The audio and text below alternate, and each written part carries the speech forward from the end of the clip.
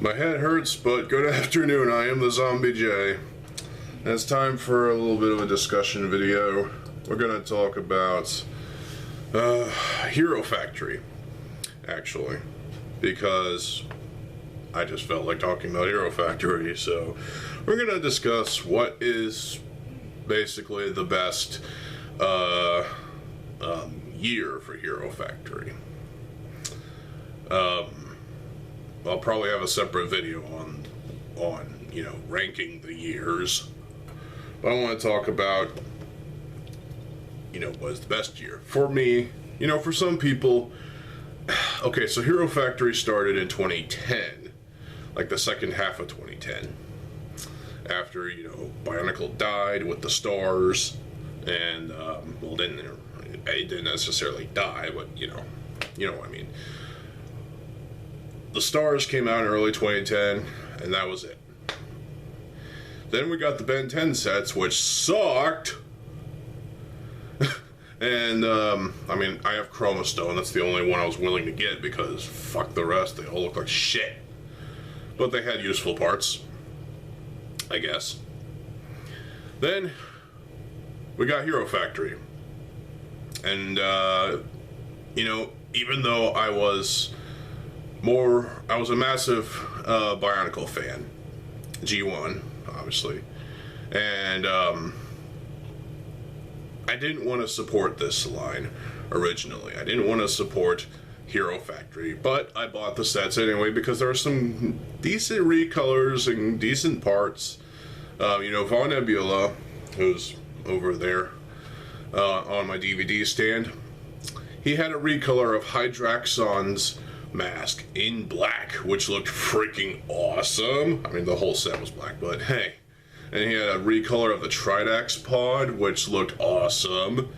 And he's even in 2010, they were still using the 2007 middle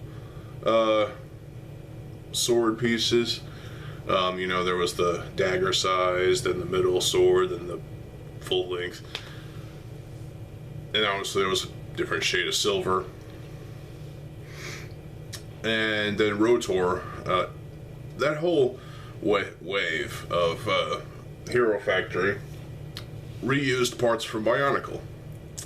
G1, obviously, including Skrull armor and other things. I think the dropship character, there was a blue character in there that had Skundonius and Kerbraz, or Crutesius, helmet in blue. I never got that.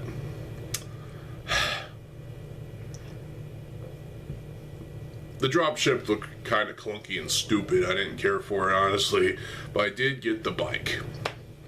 The version of Furno that was on there I didn't really care for. I used the parts, but the bike was pretty cool. I could see a Bionicle, like Golly Master, riding that bike.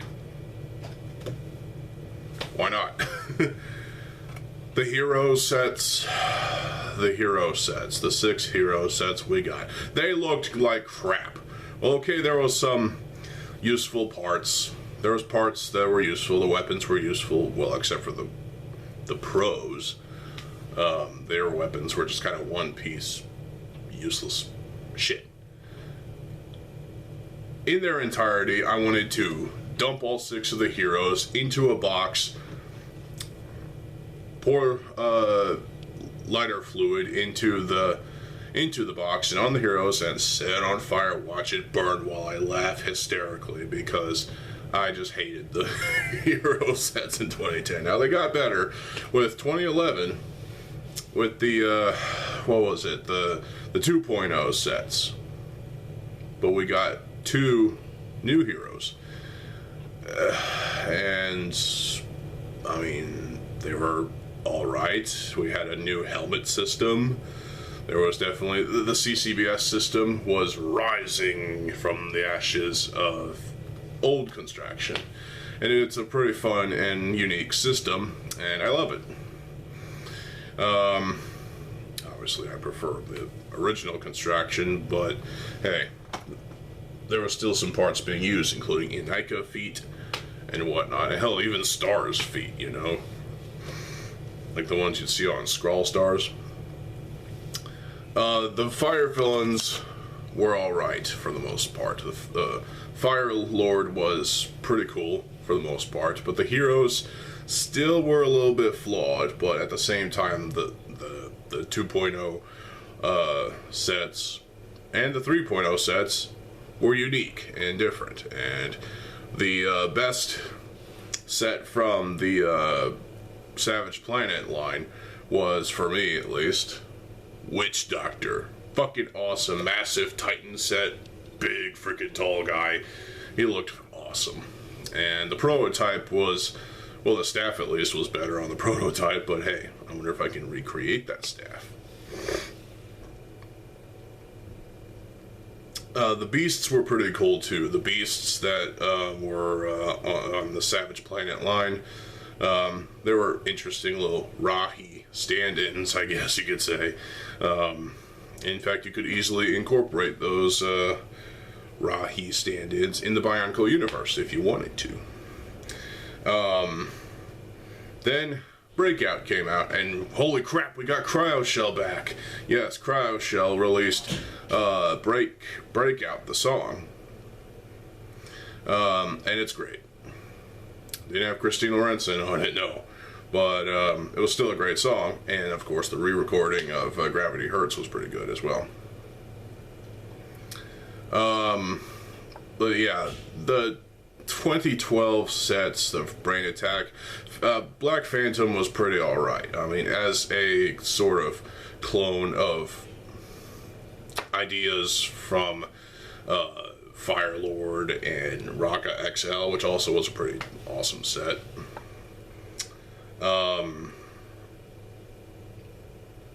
He still had his issues, obviously. There's definitely some problems with Black Phantom, and obviously there was problems with the heroes and the villains. The villains, some of them were a bit corny.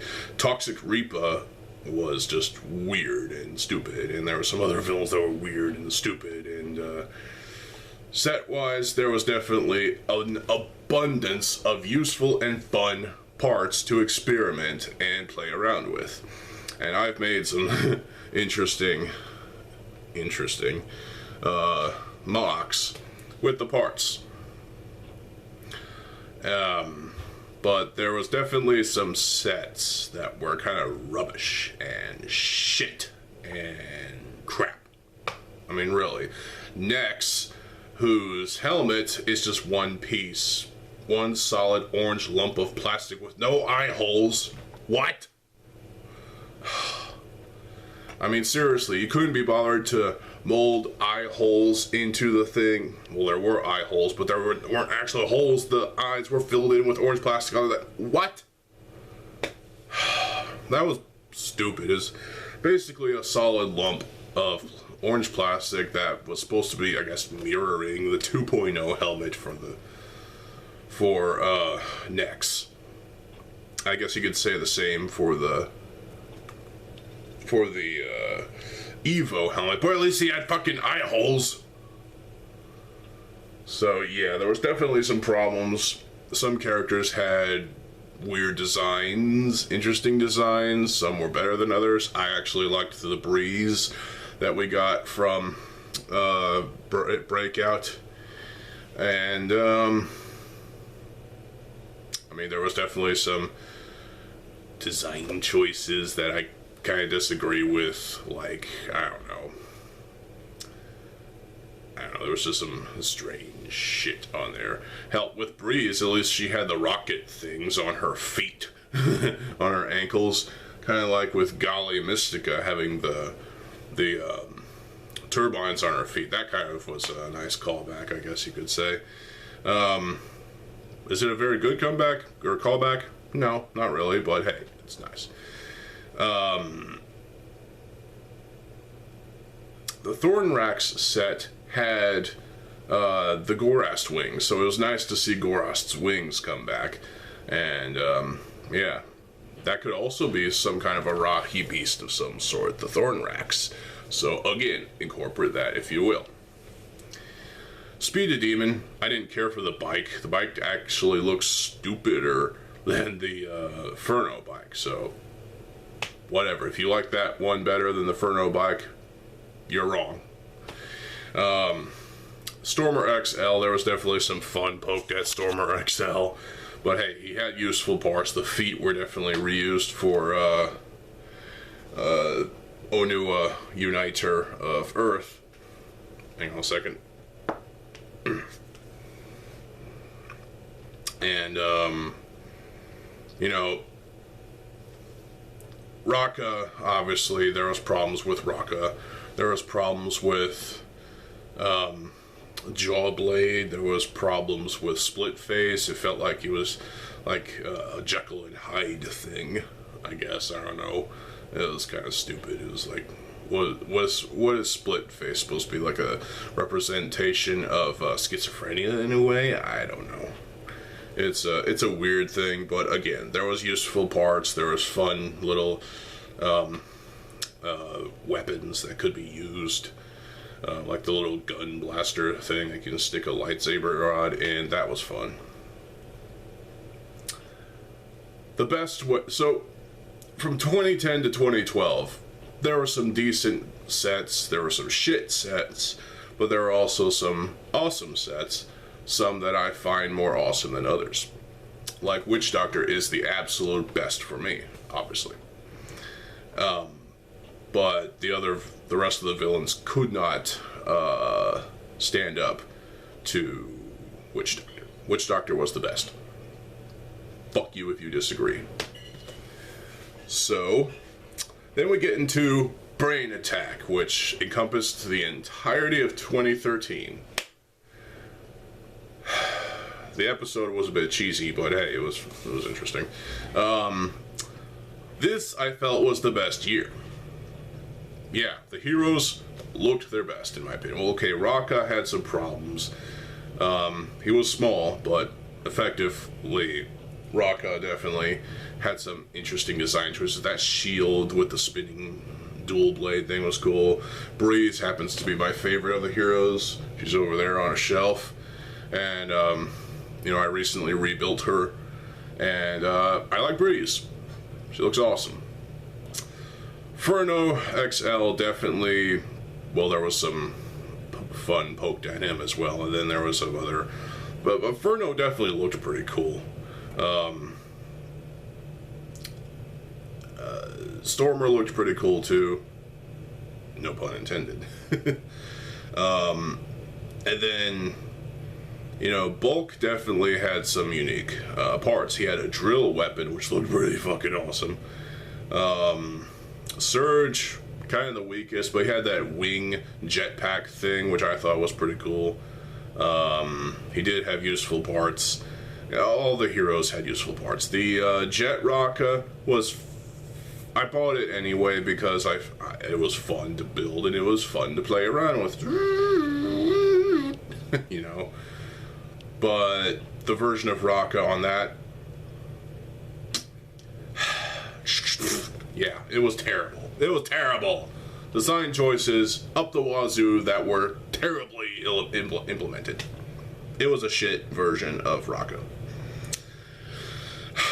But I bought it anyway because I needed the parts.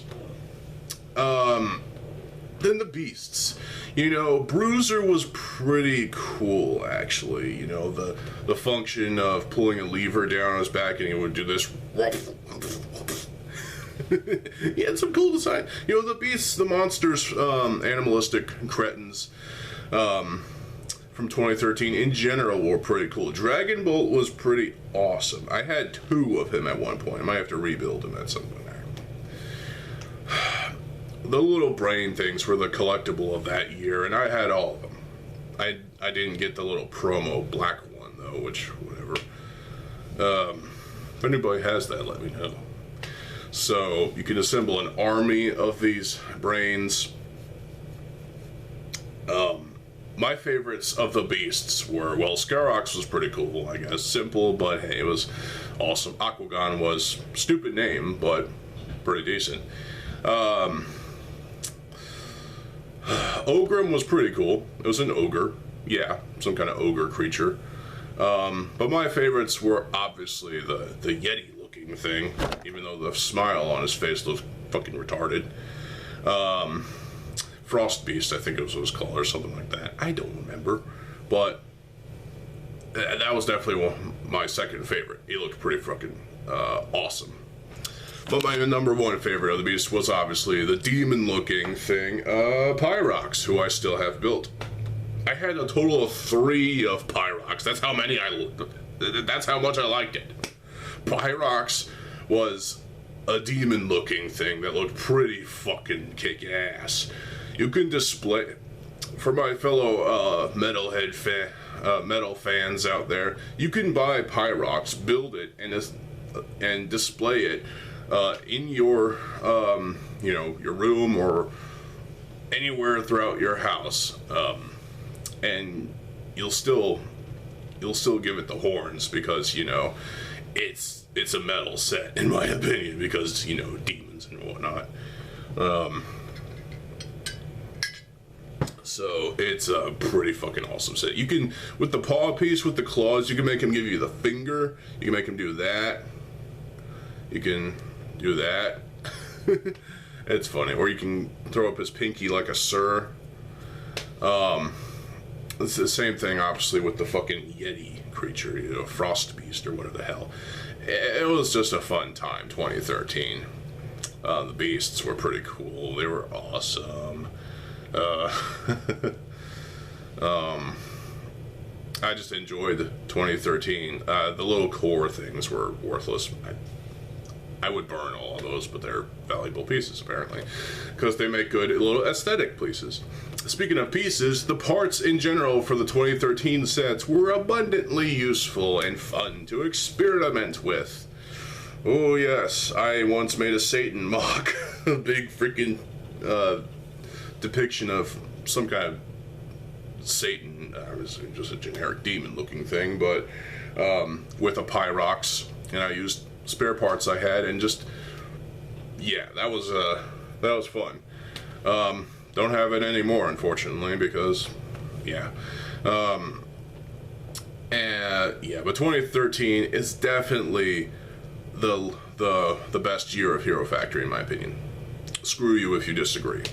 I mean, if you think that Invasion from Below was the best, you are wrong.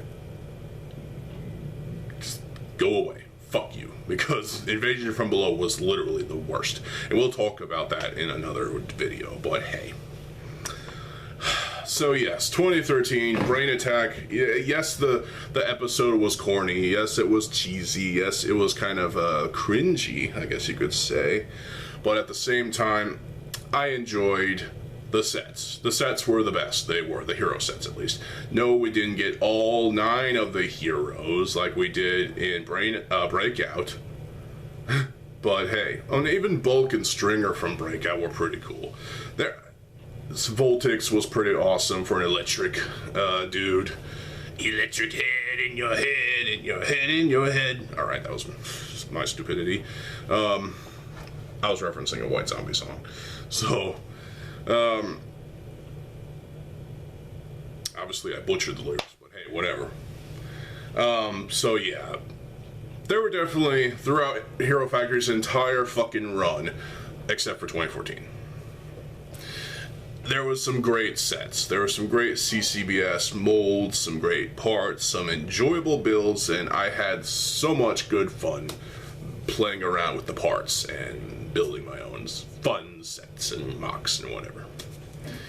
But 2013 will go down as the best year of Hero Factory in terms, well, set-wise, because an abundance of fun things can be had with the sets themselves, and how you could even incorporate the monsters, the beast-looking things like Pyrox or the Frost Beast thing, into Bionicle itself as Rahi. You could do that and have a lot of fun doing so. Well, that's my thoughts. That's everything I have to say about this. So post in the comment section below what your opinions on 2013 and what you think personally is the best year for Hero Factory, set-wise at least. Story-wise, no. So stay tuned for more videos. I'm TheZOMBIEJ. I'll see you folks. Have a good fucking day, and peace.